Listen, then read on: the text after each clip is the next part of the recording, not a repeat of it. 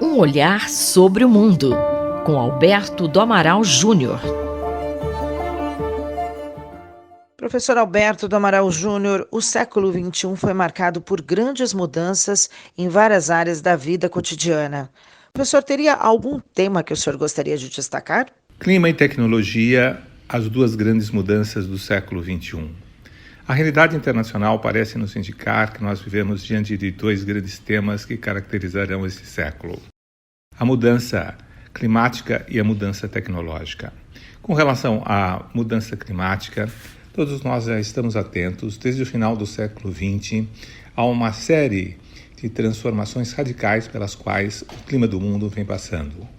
O aumento das temperaturas, verões cada vez mais quentes, invernos cada vez mais frios, períodos de eventos climáticos extremos, chuvas torrenciais, furacões, inclusive ameaçando a vida do homem no planeta.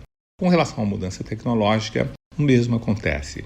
Desde a Revolução Industrial, em fins do século XVIII, grandes transformações têm ocorrido. A primeira delas foi a passagem do trabalho humano, no cultivo da terra, para o trabalho industrial, transformação da energia humana para a transformação da energia mecânica.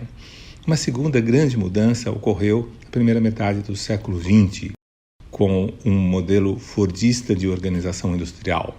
O modelo fordista de organização industrial era basicamente a reunião de vários trabalhadores no mesmo local de trabalho, coordenados por um engenheiro, um especialista, trabalhadores esses com baixo nível de conhecimento, que produziam bens em larga escala para o mercado de consumo. Esse modelo permitiu o grande desenvolvimento da sociedade industrial moderna como uma sociedade que produz bens em larga quantidade. Na segunda metade do século XX, nós tivemos o modelo da especialização flexível. A evolução tecnológica possibilitou a adaptação da tecnologia para que fossem produzidas quantidades de produtos para segmentos específicos da população. E hoje nós vivemos uma outra revolução industrial, caracterizada pela automação, pela miniaturização, pela robotização, pelo uso da inteligência artificial e das novas tecnologias representadas pelo 5G. Essa nova revolução industrial, ou essa nova revolução tecnológica que terá impacto na indústria, mas também terá impacto em todas as atividades humanas, como serviços, como agricultura, significará uma mudança sem precedentes na história, porque será poupadora de emprego, porque exigirá conhecimento na sua utilização e porque criará novas profissões no futuro e porque permitirá ao homem trabalhar independentemente do local onde esteja. Tudo isso traz mudanças sensíveis no modo de pensar o mundo, no modo de elaborar o conhecimento e no modo de estruturar as relações sociais. É claro que com isso nós temos grandes riscos associados às novas tecnologias, o domínio das grandes empresas tecnológicas, que é um grande risco para a liberdade e para a própria competição, a existência de um mercado livre, nos desvela um mundo completamente novo para o qual nós devemos estar preparados. Professor Alberto do Amaral, e o Brasil, hein? Onde está nessa nova realidade? O Brasil, nessa nova realidade, está muito distante dessas transformações tecnológicas que, inclusive, deverão importar grandes investimentos em conhecimento. O Brasil corta o orçamento em ciências, em educação. Os grandes cientistas não são estimulados a permanecer no Brasil, mas buscam novos centros de investigação e pesquisa fora do nosso país. E é claro que com isso haverá uma crescente estratificação internacional do trabalho. E isso significa que certos países, como os Estados Unidos e a China, tenderão a dominar a cena mundial, uma nova geopolítica do poder mundial devido à tecnologia e um grande fosso entre países desenvolvidos e países em desenvolvimento. O desenvolvimento tecnológico, portanto, é uma chave para o crescimento econômico, para a justiça social e para a equidade ambiental. Se o Brasil quiser crescer e crescer com justiça, precisará rever as suas posições com relação a esses tópicos. Eu sou Sandra Capomatto, você ouviu o professor de Direito Internacional Alberto do Amaral Júnior, da Faculdade de Direito da Universidade de São Paulo. Um olhar sobre o mundo, com Alberto do Amaral Júnior.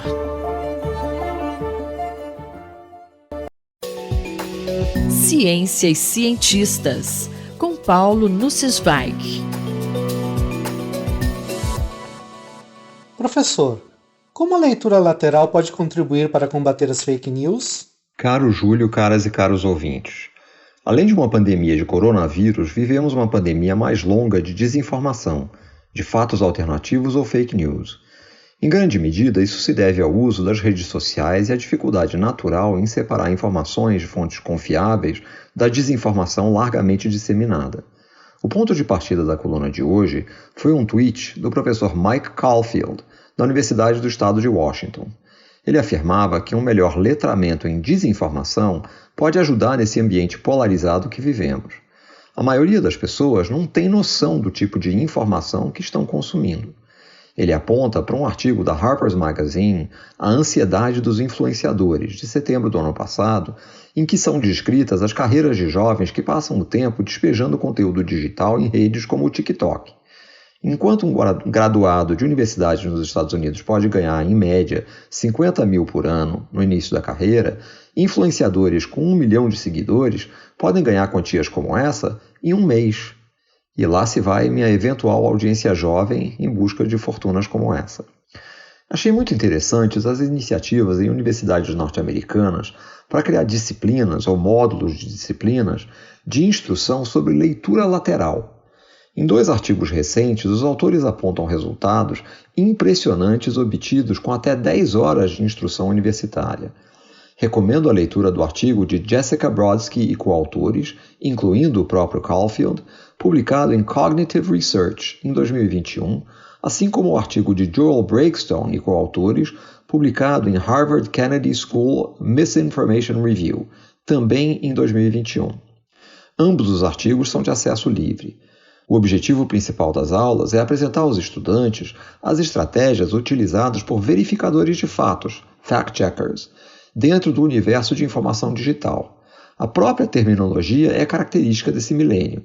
Grupos aleatórios de estudantes e membros da comunidade acadêmica, ao se depararem com uma página da internet que desconhecem, fazem uma leitura vertical. Leem o conteúdo do topo da página até a parte de baixo, examinando a prosa, clicam em links internos, leem informação sobre a página, dada pelos próprios autores, mas raramente examinam outras páginas. Em contraste, verificadores de informações rapidamente abrem outras abas, no eixo horizontal dos seus browsers, e começam a investigar aquilo que existe sobre a página em questão, quem são seus financiadores, qual a origem última das informações apresentadas. Isso recebeu o nome de leitura lateral. Como foram os resultados de instrução sobre leitura lateral? Os resultados impressionam, considerando o pouco tempo de instrução necessário para alterar a prática dos estudantes. No estudo de Breakstone e colaboradores, os estudantes examinaram o conteúdo da internet antes e depois da instrução. De 84 estudantes antes das aulas, apenas 3 fizeram leitura lateral. Após as aulas, 67 o fizeram. No estudo de Brodsky e coautores, resultados similares, com mais nuance e detalhamento, foram observados. Em ambos os estudos, os autores são cuidadosos com as afirmações que fazem. A melhoria de atitude dos estudantes não garante a capacidade de sempre discernir entre fatos e fantasias, especialmente quando as temáticas evocam reações emocionais ou envolvem valores comunitários ou religiosos. Também não é possível dizer se a nova atitude será duradoura ou se os estudantes usarão essas estratégias no seu dia a dia, fora das universidades. Mais pesquisas serão necessárias. No nosso país, em que políticas públicas estão em curso sem qualquer embasamento em informações confiáveis, especialmente na saúde, iniciativas para reduzir a disseminação de desinformação seriam muito bem-vindas. Não é simples para a população em geral distinguir entre médicos defendendo tratamentos precoces e cientistas apontando que a sua ineficácia já foi demonstrada. Já mencionei aqui o termo ciência do culto à carga, cunhado por Richard Feynman. Numa ilha dos mares do sul, durante a guerra, vários aviões pousavam trazendo cargas com mantimentos ocidentais. Após a guerra, embora os nativos praticassem todos os rituais que observaram, os aviões não voltavam. Analogamente, não basta que uma página de internet pareça apresentar conteúdo verídico para que seja verídico. Aprender leitura lateral fornece um método para que as pessoas verifiquem por conta própria. Paulo Nussensweig falou comigo, Júlio Bernardes, para a Rádio USP. Ciência e cientistas, com Paulo Nussensweig.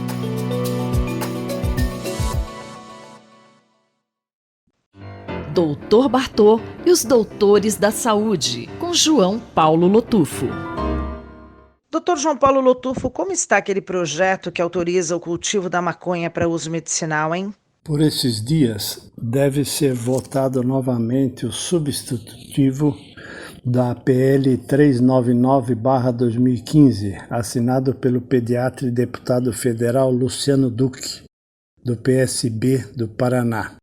Isso vai ser votado nesse dia que estamos vos falando, na comissão da Câmara dos Deputados em Brasília. Esse PL autoriza a plantação de maconha em todo o país para uso em remédios e em produtos não medicinais, inclusive alimentos.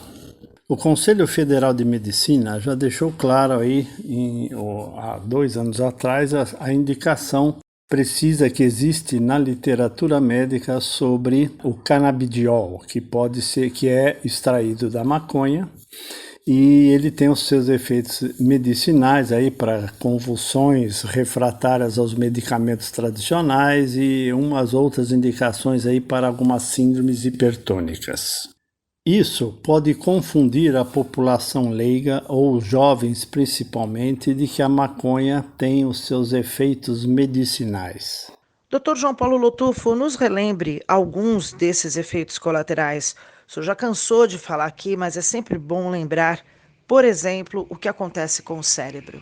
Eu já comentei várias vezes que a morfina vem da mesma planta da heroína e nós não falamos em heroína medicinal, e sim em morfina, que é retirada da mesma planta e ela é usada em todos os prontos-socorros, aí, em todos os hospitais, sem nenhum problema.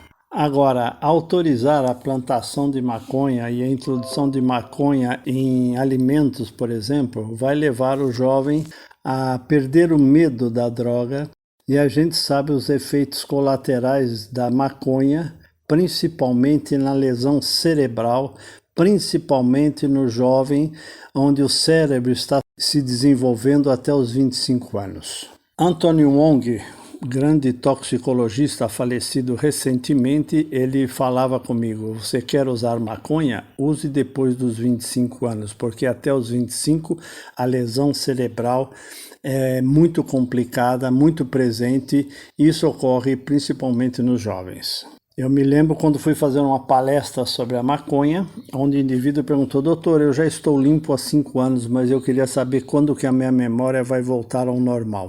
Eu tive que dizer a ele: sinto muito, a memória não vai voltar ao normal, porque a lesão cerebral da maconha é irreversível. Então, aprovar essa PL do jeito que ela está favorece aí ao uso não medicinal da droga.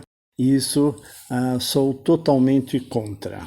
Caso seja aprovada alguma medida nesse sentido, uma campanha ampla para divulgar os riscos da maconha, principalmente na iniciação precoce da droga, abaixo dos 25 anos, isso precisa ser feito com certeza, porque a grande preocupação da Sociedade Brasileira de Pediatria é aumentar o uso da droga nessa fase que ela é lesiva, sem dúvida alguma. Um grande abraço a todos. Eu sou Sandra Capomatto, você ouviu o Dr. João Paulo Lotufo, pediatra da Universidade de São Paulo, responsável pelo projeto Dr. Bartô. Dr. Bartô e os Doutores da Saúde, com João Paulo Lotufo. Reflexão Econômica, por Luciano Nakabashi. Professor, por que houve essa recente melhora das expectativas sobre o crescimento do PIB? Se a gente pensa nessa melhora das expectativas, elas estavam em torno de 3,5% para 2021. Do crescimento do PIB agora estão em torno de 5%. o que eu acho que é factível, o primeiro ponto é pensar que é um crescimento ainda baixo. A gente tem um carregamento estatístico de 3,5% mais ou menos. Ou seja, se o PIB se mantivesse no mesmo patamar do final de 2020, a gente ia crescer 3,5%, porque a economia foi recuperando ao longo de 2020. Se a gente ficasse com o PIB lá do final de 2020, repetisse durante o ano, a gente ia estar com um PIB 3,5% maior em relação a 2020. Ou seja, um crescimento mesmo de 5% vai dar no ano, em relação ao final do ano passado, apenas 1,5%, o que é muito baixo. Então ainda é um crescimento fraco. E isso é decorrente muito dos efeitos menores dessa nova onda, segunda onda, que a gente sentiu no país. Parece que, por um lado, as pessoas se isolaram menos, e isso pode causar uma terceira onda, um risco muito forte, né, que a gente já presencia uma terceira onda logo da Covid-19, mas também as pessoas elas estão aprendendo a conviver com a existência do vírus, né? Depois de um ano e pouco, as pessoas acostumaram a realizar suas atividades. Quando a gente pensa na primeira onda, as pessoas ficaram com muito medo, uma incerteza muito grande, apesar da gravidade,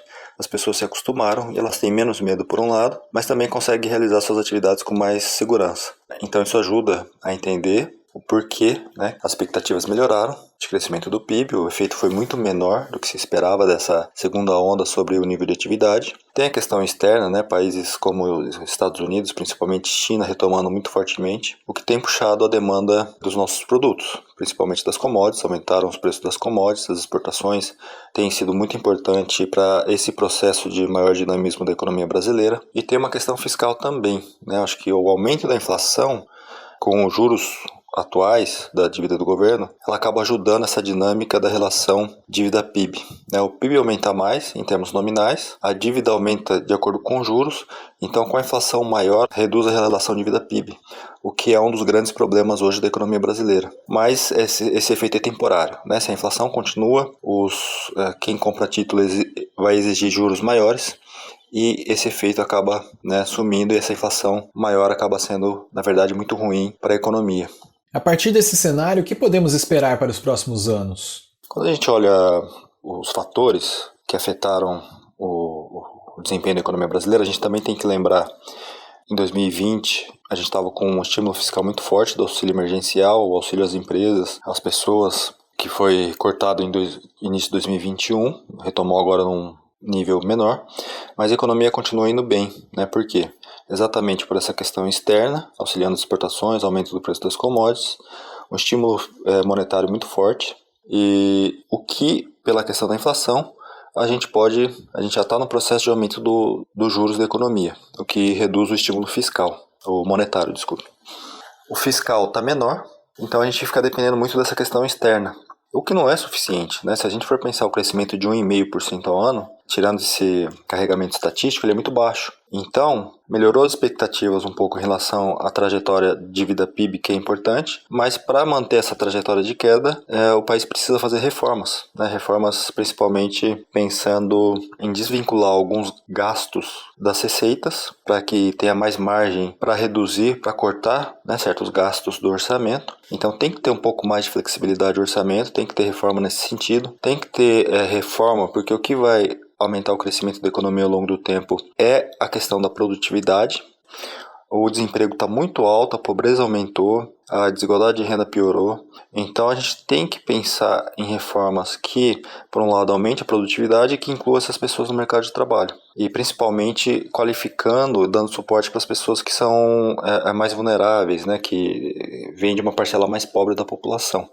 Então a gente tem que pensar no longo prazo, porque em essência no país nada mudou, né? A gente tem aproveitado muito dos ventos favoráveis do resto do mundo, dessa retomada do crescimento da economia do resto do mundo, principalmente, né, Estados Unidos e China, mas a gente precisa fazer a lição de casa para, de fato, manter um crescimento sustentável no Brasil e começar a retomar, né, porque a gente tem mais uma década perdida que a gente está vendo os efeitos. O professor Luciano Nakabashi, da FEA-USP Ribeirão, conversou com Gabriel Soares para a Rádio USP. Reflexão Econômica, por Luciano Nakabashi.